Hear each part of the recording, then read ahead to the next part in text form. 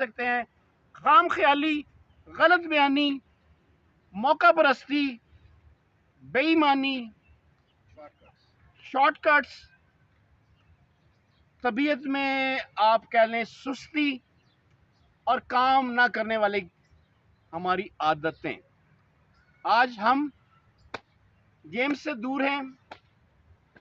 हमारी जो माएँ बहनें थीं, दिन भर काम के बाद फिटनेस, मुझे समझ नहीं आती कि आजकल के दौर में इतने सख्त हालात हैं और इस दौरान एक कपड़े धोने वाले, नौकर, बावर्ची और दीगर लोगों की क्या ज़रूरत है। अपनी ज़िंदगी को आसान बनाएं, खुद मेहनत करें, हर काम अपने हाथ से करें, एक्सरसाइज करें, खाने में एहतियात करें, मुरगन खानों से बचें।